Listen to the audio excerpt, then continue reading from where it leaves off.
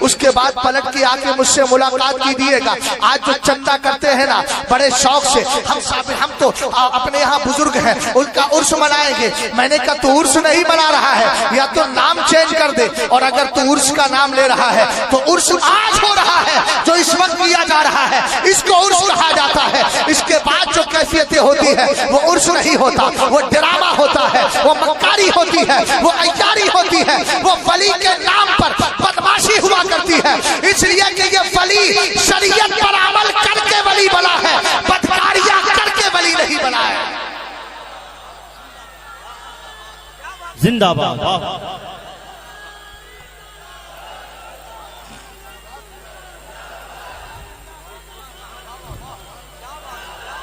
ماشاء اللہ, واہ واہ.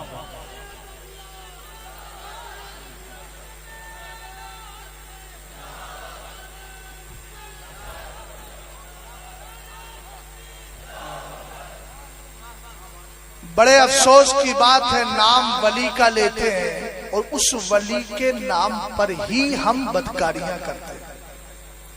اچھا ایک بہت آسان مثال دے, آپ کے رشتہ دار کچھ دنیا سے چلے گئے ہوں گے. ہاں ادھر دیکھیے بھائی, ادھر دیکھیے. تبصرہ میری گفتگو پہ بعد میں کیجیے گا, پہلے ابھی سن لے. اسٹیٹمنٹ کی مجھے ضرورت نہیں ہے, اس لیے کہ میں جو بول رہا ہوں نا بہت اچھا بول رہا ہوں. وجہ کیا ہے, میں اس کی بات بول رہا ہوں جس کے لیے اعلیٰ حضرت کہتے ہیں سارے اچھوں میں اچھا سمجھیے جسے. ایک بات مجھے بتائیے, آپ میں سے کوئی ایسا آدمی ہے جس کا میں ہاتھ پکڑ کے یہ پوچھوں کہ آپ کے خاندان میں کسی کا انتقال ہو گیا؟ کہے گا ہاں حضرت میرے دادا چلے گئے, میرے پردادا چلے گئے, میرے لکڑ دادا چلے گئے, میرے سکر دادا چلے گئے. میں نے کہا آپ اگر اتنے ہی غیرت مند ہیں تو اگلی سال اپنے دادا کی برسی پر قوالی کروائیے گا.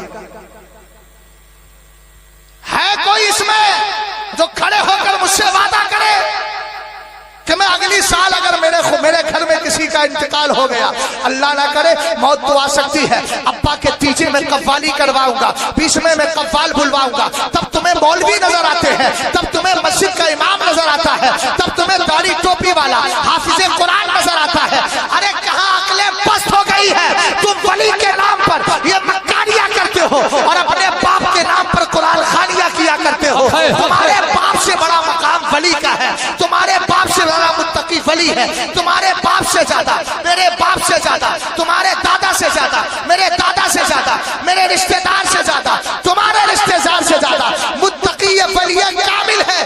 اس لیے خدا را جب باپ کے لیے قرآن خوانی یاد آتی ہے تو ولی کے نام پہ قرآن خوانی کیوں نہیں یاد آتی؟ واہ واہ کیا بات ہے, سبحان اللہ. ہوش کے ناخن ہنسنے کا نہیں, اگر قوالی ہوتی ہے تو مرنے کا وقت ہے یہ. اس لیے کہ یہ ظلم ہو رہا ہے, ولی کی روح کو تکلیف پہنچائی جا رہی ہے. بولو پہنچائی جا رہی ہے کہ نہیں؟ یہ صحیح ہے کہ غلط؟ اب آپ کرتے ہیں کہ نہیں کرتے وہ تو آپ جانے. میں تو آج آیا ہوں, اگر کیا ہے تو پھر توبہ کر لیجیے گا, اگلی بار پیسہ دینا ہے. اس قوم کو ہو کیا گیا, اگر یہ 2-4 لاکھ قوالوں کو دیتی ہے, 2-4 لاکھ اپنے معاشرے میں کینسر کے مریض کو لگا کے اس کا علاج کرا دے تو اس کی زندگی بچ جائے گی. واہ واہ کیا بات ہے. کسی غریب بچی کی شادی میں خرچ کر دے تو کم سے کم مرتد ہونے سے بچ جائے گی. کسی غریب کا کاروبار چلوا دے کم سے کم اس کی زندگی خوشحال کر سکتی ہے. لیکن سارا پیسہ ان مردودوں کو دے دیا جن کے پاس نہ نمازوں کا تحفہ ہے, جو نہ رمضان میں کھلے عام کھاتے پیتے ہیں. ارے بھائی قوال بننے کا مطلب ہی آج کے دور میں کیا ہے؟ قوال بنتا ہی وہی ہے جو جواری نشیڑی ہے, قوال بنتا ہی وہی ہے جو حرام کاری کرنے جا رہا ہے, قوال بنتا ہی وہی ہے جو تمہاری جیبوں پہ ہاتھ رکھ کے تمہارے معاشرے کو تباہ کرنا چاہتا ہے. آج تک تم نے کوئی قوال متقی پرہیزگار ولی دیکھا ہے؟ اگر دیکھا ہو تو بتاؤ. ہاں میں بڑے ٹنکے کی چوٹ پر کہہ سکتا ہوں, ولی ہمیں مدرسہ دیتے ہیں, حافظ قرآن ہمیں مدرسہ دیتا ہے, عالم دین ہمیں مدرسہ دیتا ہے. آج تک یہ توفیق نہیں ہوتی کہ اس سال 5 لاکھ کا چندہ کریں گے عرس کے نام پر, ایک مختصر سا جلسہ ہی صحیح وہ کرائیں گے, باقی 4 سال 4-5 لاکھ جو جمع کیا ہے اس سے ایک زمین خریدیں گے, اس میں ایک مدرسہ قائم کریں گے جس میں دنیاوی تعلیم بھی رکھیں گے, لیے تاکہ ہمارا بچہ انگلش بھی پڑھے, ہمارا بچہ میتھمیٹکس بھی پڑھے, ہمارا بچہ بایو بھی پڑھے, ہمارا بچہ کیمسٹری بھی پڑھے, اور ساتھ ہی مصطفیٰ کی شریعت بھی پڑھے, قرآن بھی پڑھے, حدیث مصطفیٰ بھی پڑھے. ارے جو کرنا چاہیے وہ کیجئے, اور جس سے شریعت نے بچنے کا حکم دیا ہے خدا را اس سے بچ کر کے رکھے. نعرہ تکبیر, نعرہ رسالت, مسلک اعلی حضرات. توجہ ہے چچا, بات سمجھ میں آ رہی ہے آپ کے؟ آج کل بیماریاں گناہوں کی اس قدر لگ گئی ہیں شوگر کی طرح, کہ جس طرح شوگر میں کڑوا ڈوز دو تبھی بیماری جاتی ہے, اسی طرح آج تقریروں میں ایسے ہی کڑوے ڈوز کی ضرورت ہے تبھی یہ معاشرہ سدھرے گا, ورنہ بس ہوائیاں چل رہی ہیں. سنیے گا, حضرت ابراہیم ایرجی نے کہا جاؤ حاضری دو. خواجہ قطب کی بارگاہ میں گئے. محترم ادھر دیکھ رہا ہے؟ ہاں ادھر دیکھیے, ادھر بات کر لیجیے گا, گھر جانا ہے آپ کو, صبح فجر کی نماز میں اٹھنا ہے, میں بھی پڑھوں گا انشاءاللہ, اللہ کا فضل ہے. غور فرمائیے گا, خواجہ قطب کی بارگاہ میں گئے, صاحب کشف تھے, بارگاہ میں حاضری دی, دیکھا خواجہ قطب الدین بختیار کاکی قبر میں جلال میں بیٹھے ہوئے, اور فرما رہے فارسی زبان میں, اسد بھائی جملہ سنیے گا, ای بدبختہ وقت مارا پریشان کردہ اند. فرمایا ان کم بختوں نے میرے وقت کو برباد کر کے رکھا ہے. یہ اپنے وقت کا قطب بتا رہا ہے, یہ اپنے وقت کا وہ ولی بتا رہا ہے جو غوث پاک کی مرضی سے ہندوستان آیا تھا, جس کو پہلا خلیفہ خواجہ معین الدین چشتی اجمیری نے بنایا تھا, جو آج بھی بڑے آدمی ہندوستان کی راجدھانی دلی میں بیٹھ کر لوگوں کے دلوں پہ حکومت کر رہا ہے. خواجہ قطب الدین بختیار کاکی قبر میں چلال میں بیٹھے ہیں. اعلیٰ حضرت ملفوظ شریف میں فرماتے ہیں, اسی واقعے کو ذکر کرتے ہیں اور فرماتے ہیں, کہہ رہے تھے خواجہ قطب ای بدبختہ وقت مارا پریشان کردہ, ان بدبختوں نے ہمارے وقت کو برباد کر کے رکھا ہے. میں نے کہا خواجہ قطب کا جلال یہ بتا رہا ہے کہ ان قوالوں سے صاحب مزار راضی نہیں ہے, اس لیے کہ یہ طرح طرح کے اشعار پڑھتے ہیں, کوئی تو گمراہی کے اشعار پڑھتا ہے, کوئی بدکاری کے اشعار پڑھتا ہے. ابھی میں یہیں سے بات کو آگے بڑھاتا ہوں. آج میری قوم کے نوجوانوں میں رافضیت بڑی تیزی سے پھیل رہی ہے, سوشل میڈیا کے ذریعے اس نے بھیج دیا, ادھر سے پوسٹ آ گئی, ادھر سے جلا دی. میں نے کہا یہ قوال وہی ہے جو قوالیوں میں کہتے ہیں دمادم مسکل اندر علی کا پہلا نمبر. بولو صحیح ہے کہ غلط ہے, جلدی بولو صحیح ہے کہ غلط ہے, غلط ہے کہ نہیں, اونچا بولو, ارے بولو یار غلط ہے کہ نہیں. یہ رافضیت ہے, یہ شیعیت ہے جو قوالی کے ذریعے تمہارے گھروں میں جا رہی ہے. آؤ میں بتاتا ہوں, سنیت یہ نہیں ہے. سنیت کیا ہے؟ کتاب کا نام ہے الاسالیب البدیعہ فی فضل الصحابہ و اقناع الشیعہ, لکھنے والے علامہ یوسف ابن اسماعیل نبھانی. سرکار علیہ السلام فرماتے ہیں انا لحوزی اربعۃ ارکان, اول رکن منها فی ید ابی بکر والرکن الثانی فی ید عمر والرکن الثالث فی ید عثمان والرکن الرابع فی ید علی بن ابی طالب. سرکار نے فرمایا حوض کوثر تو میرا ہے. زندہ باد, زندہ باد, واہ کیا بات ہے. سارا مجمع بولے ذرا, حوض کوثر میرا. ہم نے کہا سرکار آگے فرمایا مگر حوض کوثر کے 4 پلر ہیں. واہ واہ کیا بات ہے, کیا بات ہے. اب دیکھنا علی کا پہلا نمبر ہے کہ ابو بکر کا پہلا نمبر ہے, حضور کی حدیث سے فیصلہ کرنا.